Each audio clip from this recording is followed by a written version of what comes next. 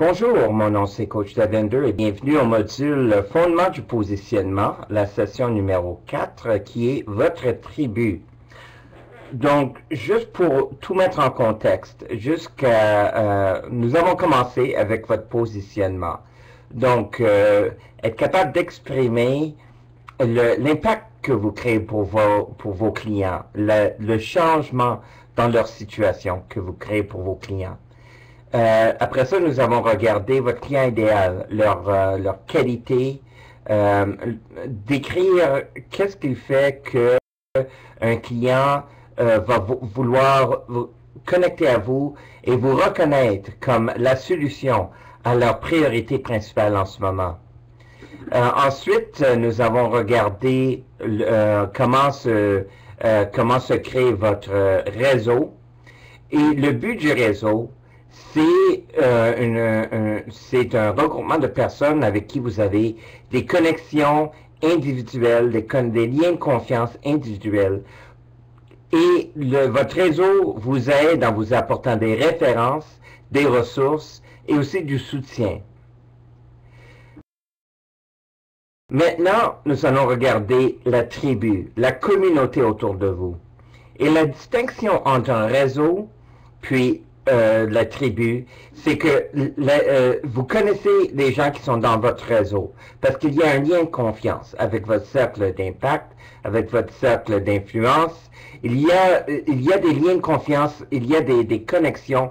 Vous êtes capable de voir le visage de chaque personne dans votre réseau. Vous êtes capable de les compter. Vous êtes capable de communiquer avec eux au besoin directement. La tribu, c'est analogue, dans le fond, c'est votre cercle d'intérêt. Le troisième niveau de votre réseau. Ce sont des gens que vous ne les connaissez pas individuellement, mais vous savez qu'ils existent. Et ces gens-là aussi ne vous connaissent pas individuellement, mais ils vous connaissent par votre positionnement, ils vous connaissent par votre réputation et aussi à cause de votre réseau. Donc, c'est ça la distinction entre les deux. Mais lorsque vous avez un positionnement qui est bien défini, qui est bien exprimé, vous allez voir le développement de ces deux types de regroupements autour de vous. Le réseau formel et votre tribu informelle, votre communauté informelle. Donc, plongeons dans le sujet. Nous allons regarder aujourd'hui votre tribu, ses caractéristiques, comment mener, animer et gérer votre tribu, le concept de 1000 vrais fans, votre manifeste, et c'est surtout là-dessus que j'aimerais que vous portiez de l'attention pour les prochains jours, pour générer un manifeste, et vous allez voir qu'est-ce que ça veut dire dans quelques instants. Le piège du gourou. Et je pense que surtout lorsqu'on est en vente, c'est une situation qu'il faut éviter. Nous allons parler de ça. Et finalement, votre marketing et votre tribu. Donc, le lien entre bâtir une communauté autour de vous et le marketing et la vente de vos produits, de vos services. Il y a certainement un lien entre les deux. Donc, voici les points que nous allons couvrir aujourd'hui. Pour commencer, la tribu. La tribu, c'est une communauté de personnes qui sont connectées par une passion, une conversation et un leader, avec objectif de changer le statu quo. Donc, c'est très important de voir cette communauté de personnes. Comme j'ai dit dans l'introduction au sujet, c'est la différence entre le réseau et la tribu, c'est que le réseau, c'est structuré, vous connaissez des gens, vous avez des liens entre vous et chaque personne de votre réseau. C'est pas nécessairement que les gens de votre réseau ont des liens entre eux, mais vous avez un lien entre chaque personne de votre réseau et vous.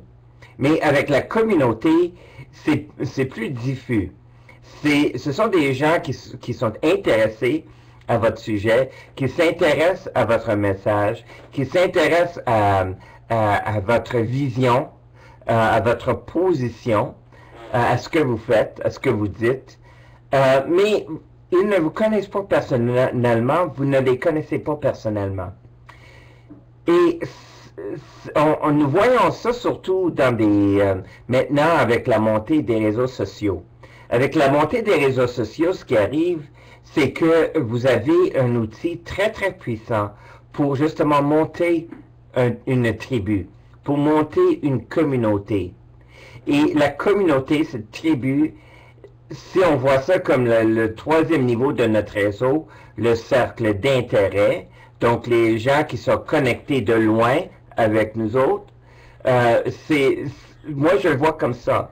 En bâtissant ma tribu, je fais grandir mon cercle d'intérêt de mon réseau et éventuellement des personnes de ma tribu vont ils vont s'adhérer à mon réseau. Ils vont se montrer et ils vont créer un lien de confiance personnel avec moi. Donc, où est-ce qu'on va chercher nos clients? C'est dans notre tribu, éventuellement. Donc, tribu, puis après ça, le réseau, et après ça, référence client. Bonjour la tribu. Bonjour Jawad. Donc, c'est ça le concept de tribu, une communauté de personnes qui sont connectées par une passion, une conversation et un leader. Vous êtes le leader. Les gens sont attirés par vous, par votre message, et avec un objectif de changer le statu quo. D'où l'importance de vraiment créer un message qui dérange, un message qui rompt avec le statu quo, avec comment les choses sont au moment présent. Il faut provoquer. Si on ne dit notre conversation ne reflète que seulement ce que dit la sagesse conventionnelle, la tribu ne sera pas très forte. Mais quand on mène une conversation qui pas nécessairement qui dérange, mais plutôt qui provoque de la passion, qui provoque de la réflexion, qui fait grandir la conversation, qui provoque la conversation, c'est là que vous allez voir vous développer une tribu qui gagne en ampleur et qui gagne en puissance.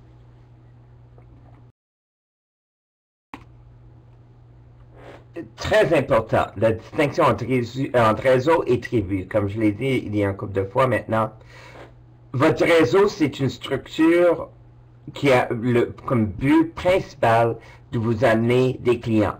Donc, des références, des ressources et du soutien direct. C'est parce que vous les connaissez, ces gens dans votre réseau. Mais votre tribu, c'est la crédibilité. Votre tribu vous amène de la légitimité. Les gens qui vous connaissent en général, vous ne les connaissez pas, les gens de votre tribu, mais ils ont une idée que vous existez. Ça se peut qu'ils ne vous ont jamais rencontré, mais c'est ça, il y a quand même, ils reconnaissent que vous êtes là, ils reconnaissent votre message, ils reconnaissent votre positionnement, ils savent que vous êtes là. Et je me rends compte, moi, ça fait 6 ans que je bâtis mon réseau maintenant ici dans la ville de Québec et au Québec en général, et même à l'extérieur des frontières. Donc, j'ai travaillé très fort à bâtir un réseau. Et le fait que j'ai un cercle d'impact, donc les gens qui me connaissent bien, j'ai un cercle d'impact qui est solide, ça fait en sorte que mon cercle d'influence, donc les gens qui connaissent quelqu'un qui me connaît, ce cercle d'influence est fort et assez étendu aussi. Et je me rends compte, ce que ça fait, c'est que mon cercle d'intérêt ou ma tribu, les gens qui me connaissent, mais moi je les connais pas, je me rends compte, ça devient très large. Quand je rencontre des gens maintenant, ils disent « Ah oui, j'ai entendu parler de vous. Ah oui, je vous ai vu sur Facebook ou sur LinkedIn. Ah oui, j'ai entendu parler qu'il y avait quelqu'un qui faisait ce que vous faites. J'entends ça très souvent. Et ça me donne une crédibilité maintenant quand j'arrive dans une situation qui me permet de me centrer et de m'imposer rapidement. Les gens, le lien de confiance se fait rapidement puisque j'ai une tribu, j'ai une communauté de gens qui me connaissent. Mon nom circule. Et c'est ça qui arrive avec vous. Quand votre réseau commence à être bien développé et vous commencez maintenant à travailler sur votre tribu, qu'est-ce que ça fait? Votre nom va circuler. Ça crée l'effet bouche à oreille. C'est très, très puissant. 3 caractéristiques de votre tribu. Donc, il y a 3 éléments. Donc, dans le design, quand vous montez votre tribu, vous montez votre communauté. Ben, premièrement, c'est communauté. Après ça, conversation et connexion. 3C. La communauté, donc l'ensemble de personnes, comment vous les engagez. La conversation, donc l'échange qui est fait entre les membres de votre tribu. Et finalement, la connexion, donc les valeurs en commun, la vision en commun, l'engagement qui est en commun. Regardons de façon plus spécifique ces 3 éléments de votre tribu. Conversation, connexion et communauté. Communauté. Nous parlons d'une communauté de valeurs. Des gens où est-ce que le lien, ce sont les valeurs. Une passion, une perspective, un projet catalyseur. Il y a quelque chose plus loin que juste vous comme personne. C'est pas nécessairement les gens qui sont les fans de vous, la personne, mais de vous, votre message, de vous, votre positionnement, de vous, votre vision. C'est ça que les gens reconnaissent, c'est ça que les gens viennent se connectent à vous à cause de votre passion, de vos valeurs, votre perspective. Et c'est pour ça que je disais tout à l'heure que provoquer, être provoquant devient très, très important. D'avoir un point de vue, qui est unique, avoir un point de vue qui se distingue. C'est ça le mot que je cherche. Mon coach à moi, Michael Port, il a écrit un livre qui s'appelle The Contrarian Manifesto, donc le manifeste des contraires. Et ce qu'il dit là-dedans, c'est justement ça. Si vous regardez les gens qui réussissent dans votre métier, ils ont une philosophie vraiment particulière à eux. Ils ont des idées, ils ont une façon de voir le monde, ils ont une façon d'agir, quelque chose dans leur être, dans qui ils sont, dans leur vision, est unique, se distingue du statu quo. C'est très difficile de réussir à monter son positionnement, à être reconnu comme la référence dans son domaine, si on fait ce que tout le monde fait, si on pense que tout le monde pense, si on dit ce que tout le monde dit. La démagogie, ça nous mène seulement jusqu'à un certain point. Peut-être les gens vont être d'accord avec toi au début, mais quand ça vient le temps vraiment de passer à l'action, vous allez voir que ces gens-là qui vous suivent parce que vous répétez ce que les gens veulent entendre, ça ne va pas assez loin. Les gens ne sont pas vraiment engagés.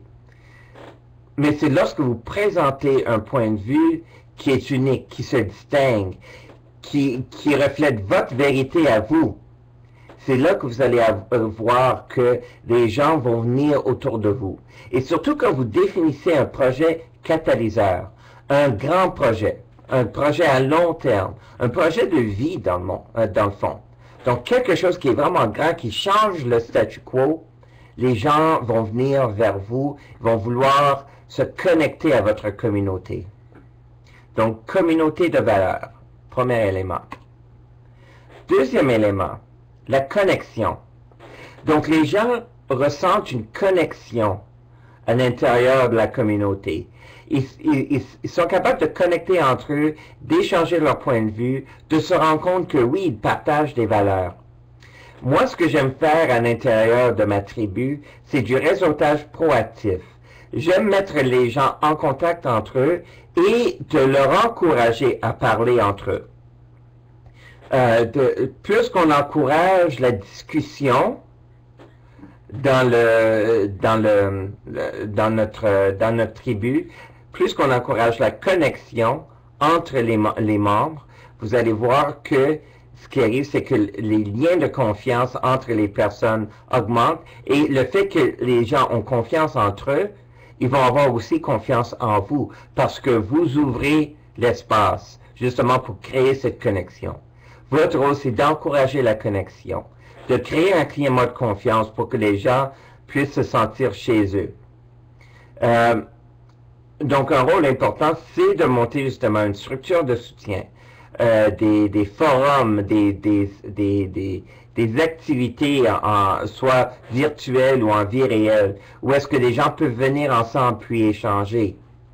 Ça bâtit la communauté. Ça bâtit la tribu, ça fait la force de la tribu. S'il y a un moyen qu'ils puissent se connecter entre eux.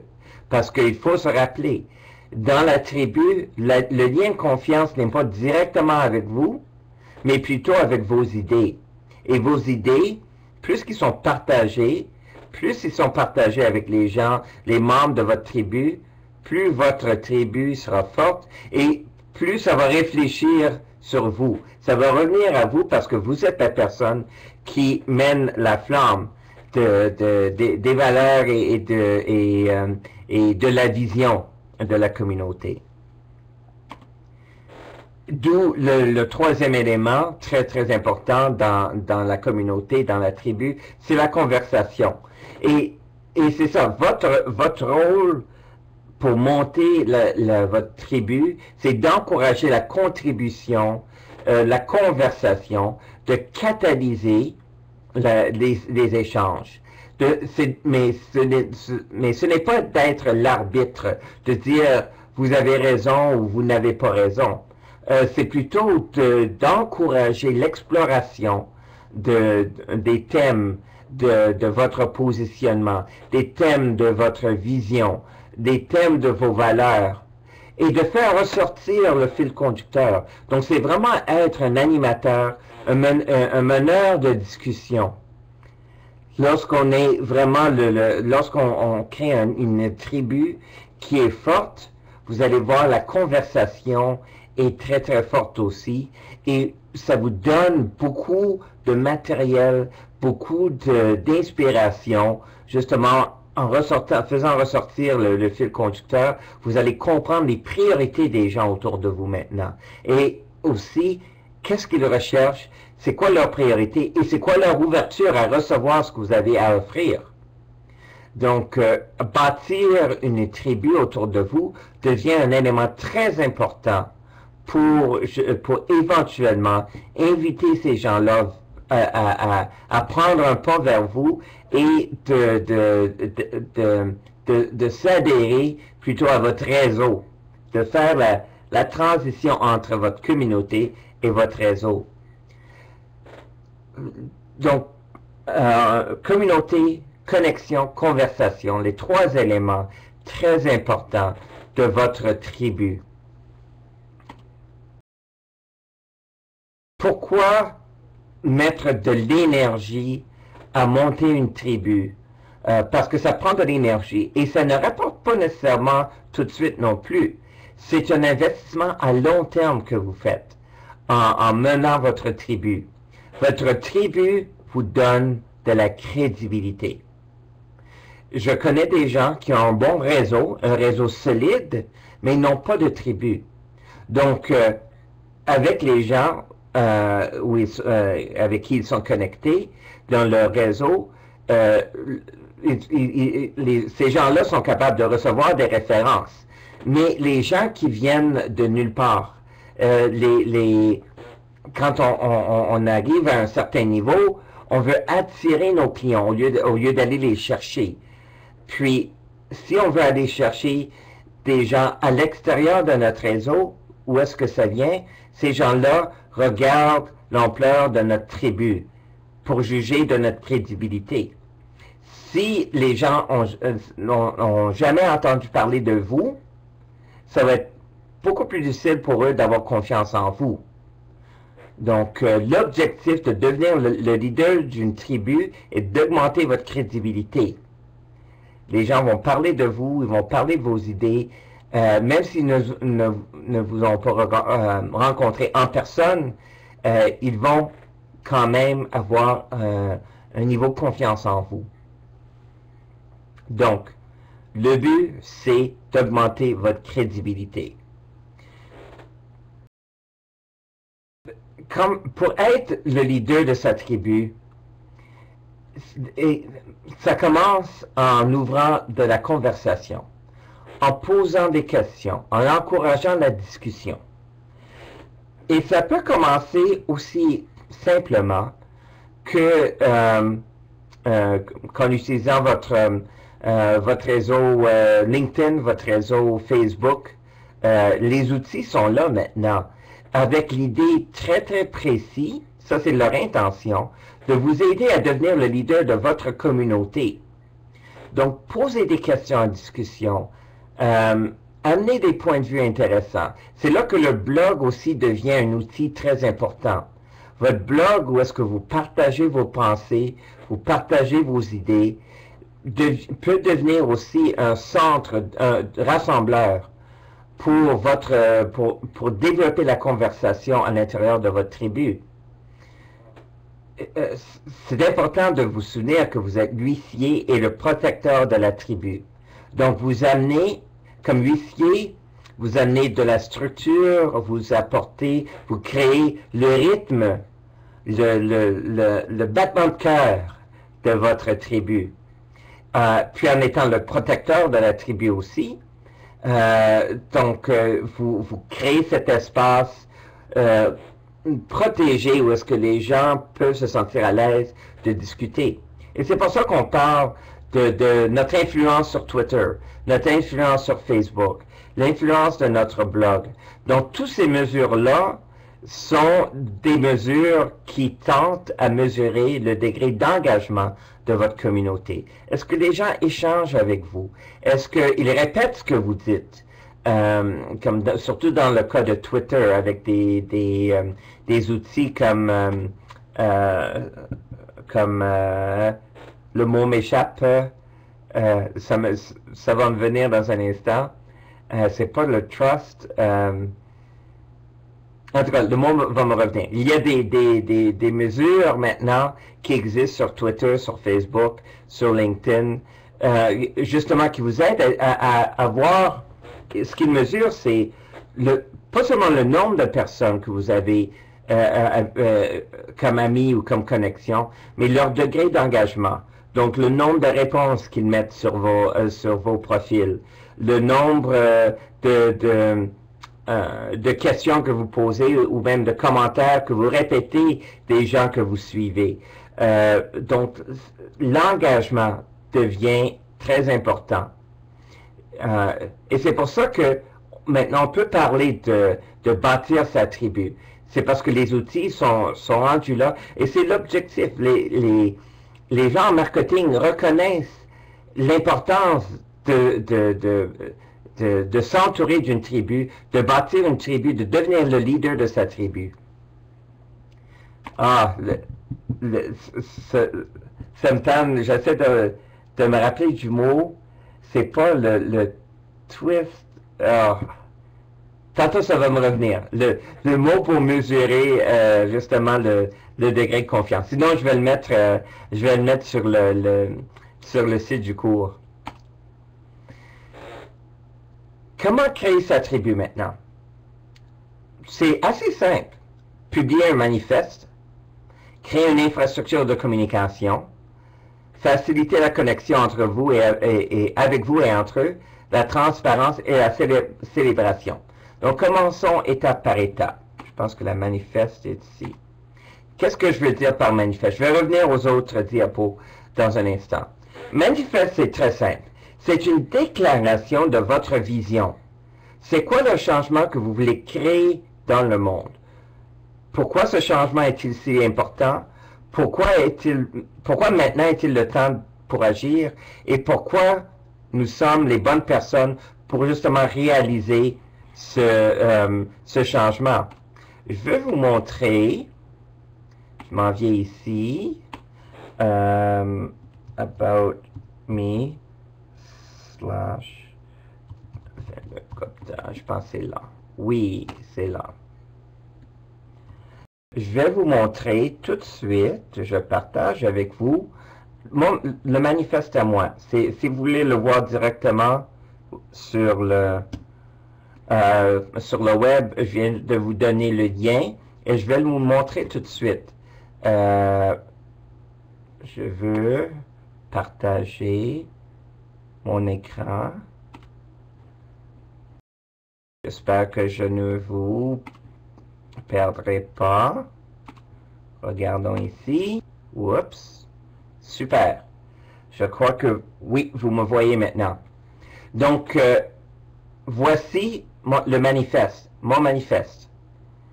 Ma mission est d'équiper les leaders entrepreneuriaux du 21e siècle pour qu'ils engagent leur passion et créent une différence positive dans le monde. Pourquoi? Et c'est là que ma déclaration commence. Nous avons besoin d'une approche nouvelle au leadership afin de relever les défis d'un monde en évolution rapide et chaotique. L'entrepreneuriat est la meilleure façon et le meilleur moyen de stimuler l'imagination, de concentrer les ressources et de motiver l'action massive, les éléments nécessaires pour surmonter les énormes obstacles auxquels nous sommes confrontés. L'avenir dont nous avons désespérément besoin sera créé non pas par des politiciens, ni par les PDG de la vieille garde, mais par une nouvelle génération de citoyens leaders responsables qui possèdent une clarté aiguë de leur mission, de leur vision et de leur permission, qui s'alimentent par la passion et qui transforment le statu quo en mobilisant les communautés de personnes afin de construire des systèmes qui créent des profits et de la prospérité pour tous. C'est un rêve fou dans lequel j'engage toutes mes énergies à faire réaliser. Êtes-vous prêt à réaliser le vôtre? Donc, voilà ma déclaration, le manifeste. Et c'est aussi simple que ça. Ça répond aux questions. OK, donc si je reviens au document. Bon, je suis ici. Si on revient aux questions, quel changement avons-nous besoin de créer dans le monde? Bien, c'est ça que j'ai déclaré au début. Ensuite, pourquoi ce changement est-il si important? Pourquoi maintenant est-il le temps pour agir? Et pourquoi sommes-nous les bonnes personnes pour le réaliser? 4 questions très simples, mais qui sont très puissantes. Et ce que je vous encourage, ce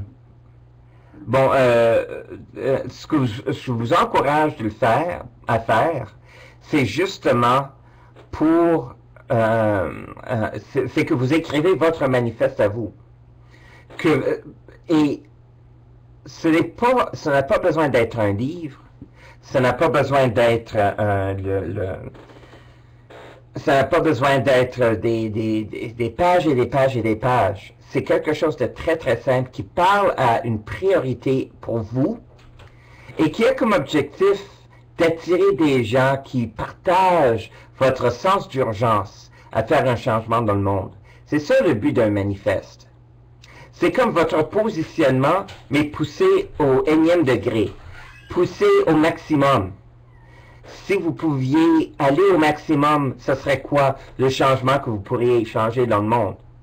Et vous allez voir, les gens vont être intrigués avec votre manifeste. Il faut que ce soit un manifeste qui dérange. Et même si vous vendez des suppléments nutritionnels, que vous êtes une coiffeuse, vous voulez faire un changement dans le monde, vous voulez sortir de l'ordinaire. Et c'est ça le but du manifeste, justement, pour vous aider à sortir de l'ordinaire, à déranger, à provoquer de l'action, provoquer de la conversation, de la communication à l'intérieur de votre réseau. Donc, le lien pour mon manifeste à moi est sur le site web du cours. Donc, si ça ne fonctionne pas pour vous en ce moment, vous pouvez le voir par la suite. Et je vous encourage justement de prendre du temps à écrire votre manifeste. Et sur le site du cours, il y a un texte qui va un peu plus en détail sur comment se monte votre manifeste. Donc, les étapes pour le faire, quelques exercices. Il y a aussi un lien vers le manifeste des évidences. C'est un petit livre qui a été écrit il y a une douzaine d'années maintenant, comme en 98 ou en 2000, avec le concept justement de provoquer les gens à voir le web, l'Internet, ce réseau électronique, ces neurones électroniques, comme étant beaucoup plus que tout simplement un grand magasin, un grand centre d'achat. Il voyait tout de suite, il y a 12 ans, il voyait la possibilité de l'Internet à être un endroit où est-ce que les gens puissent venir ensemble pour discuter, pour avoir une conversation. Donc, l'étape de créer ce manifeste, juste pour compléter, le lien pour le livre est sur le site du cours, donc vous pouvez aller le voir tantôt. Et je pense que ça va vous donner aussi une autre façon de voir c'est quoi le marketing et pourquoi je promouvois le concept je promouvois ce concept du manifeste et la tribu et tous ces éléments-là comme étant des éléments importants de votre positionnement. Le positionnement, c'est pas juste pour vous vendre, c'est pas juste pour créer de l'argent, c'est pour faire avancer votre vision et votre mission. C'est ça le but ultime du positionnement. Parce que si on revient à la définition d'être en affaires, c'est faire un échange échange de quelque chose de valeur, de ressources, de connaissances, de biens, de services, d'argent, avec quelqu'un dans le but de s'entraider à réussir. C'est ça le but d'être en affaires. Donc, le manifeste, c'est ce que je vous encourage à écrire, à développer pour justement pour vous aider à vous rendre visible, à sortir du bruit de fond de la sagesse conventionnelle. Et avec cette manifeste, si vous créez une infrastructure de communication, et ça coûte rien maintenant, des infrastructures de communication, c'est tout simplement comme des pages professionnelles sur Facebook. C'est comme créer un groupe sur LinkedIn, sur Viadeo peut-être, si vous préférez être sur ce système-là. Mais c'est justement de créer un espace où que les gens peuvent discuter des idées que vous amenez dans votre manifeste. Et quand je parle de la transparence et de la célébration, je parle d'être vrai, d'être réel, d'être un vrai humain, d'encourager, la célébration, c'est d'encourager les bonnes idées, d'encourager et de reconnaître lorsque les gens ajoutent à la conversation.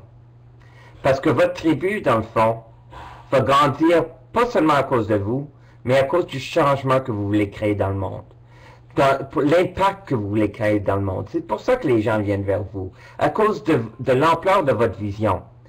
Ils ne viennent pas à vous parce que vous avez réussi ou que vous êtes riche. C'est pas ça qui intéresse les gens. Les vraies personnes qui reconnaissent votre valeur sont les gens qui résonnent avec votre vision. Et c'est pour ça que le manifeste devient très intéressant. C'est quelque chose à partager, à ne pas cacher, mais à partager. 1000 vrais fans. Il y a un lien sur la page de ce module sur un article qui a été écrit qui s'appelle 1000 vrais fans. Et le concept du 1000 vrais fans, c'est 1000 personnes qui adoptent votre vision comme la leur. Ils adoptent votre manifeste comme le leur. Ils décident de se joindre à vous pour créer le changement que vous voulez déclarer, que vous voulez créer dans le monde autour de vous. Et 1000, c'est comme, c'est pas nécessairement un chiffre scientifique, mais c'est plutôt comme un ordre de grandeur. Et je me rends compte, moi aussi, quand je commence à avoir 1000 personnes dans mon réseau, les choses commencent les choses commencent à arriver. Les occasions viennent vers moi, les connexions viennent vers moi, au lieu de moi aller courir après les occasions.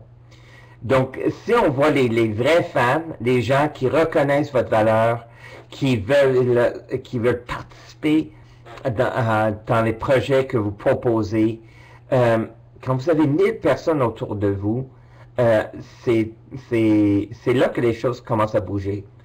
Je vois ça sur Facebook. Quand on commence à avoir 700, 800, 900 000 amis, adeptes, les gens répondent beaucoup plus sur les commentaires que j'écris. Les gens sont beaucoup plus engagés envers ce que j'écris ou ce que je dis. Pour certaines personnes, ça va être 500. Pour d'autres personnes, ça va être 1500. Mais c'est comme un chiffre à viser. Si vous êtes sur Facebook, si vous êtes sur LinkedIn, si vous êtes sur Twitter, tous ces outils-là pour vous aider à monter votre tribu, lorsque vous approchez le 1000 ou 2000, c'est là que les gens vraiment commencent à s'engager avec vous dans votre communauté. Donc, si vous posez la question, combien de personnes devriez-vous avoir comme connexion, mettez comme objectif Twitter 2000, Facebook 1000, LinkedIn 1000. Maintenant, nous avons parlé du manifeste. Vous avez cette tribu qui prend son ampleur, qui se développe. Le grand piège qu'il faut faire très attention, et je vois ça assez souvent sur Facebook, le piège du gourou. C'est le piège où est-ce qu'on se croit, je ne sais pas trop l'expression, mais on se croit comme on commence à l'expression en anglais, you start to believe your own bullshit. Vous commencez à croire dans votre propre bullshit. Excusez l'expression, mais c'est lorsqu'on commence à être influencé par le pouvoir qu'on a. Et c'est une ligne très mince, très difficile à définir. Mais voici des symptômes que quelqu'un d'entre vous est pris au piège, dans le piège du gourou. Et regardez sur Facebook, regardez ça arrive souvent sur Facebook, à cause que les gens répondent vite et les gens sont très engagés sur Facebook. Regardez ces symptômes-là et essayez de voir si la personne est un peu pris dans le piège du gourou. Lorsque notre tribu, c'est plus une culte de personnalité que un débat d'idées. C'est à faire attention. Et je vois ça souvent. Il y a des gens qui adhèrent qui vont adhérer à votre tribu parce qu'ils tombent en amour avec vous. Très directement. Avec vous, la personne. Ils ne participent pas nécessairement à la conversation. Ils ne comprennent pas nécessairement la conversation. Ils veulent être seulement avec vous. Et c'est très séduisant, cette situation-là. Je l'ai vécu, je le vis des fois. J'essaie de l'éviter, jusqu'au point des fois que je coupe la communication avec des gens qui que je me rencontre, ils sont plus en amour avec moi qu'avec mon message. Et ça a l'air peut-être un peu bizarre à dire, mais c'est vrai, vous allez voir que c'est un symptôme. Ce que ça me dit, c'est que des fois, mon message est trop à propos de moi. Il faut que je remets le focus sur les valeurs, sur la conversation, sur les questions, qu'on remet la discussion à sa bonne place.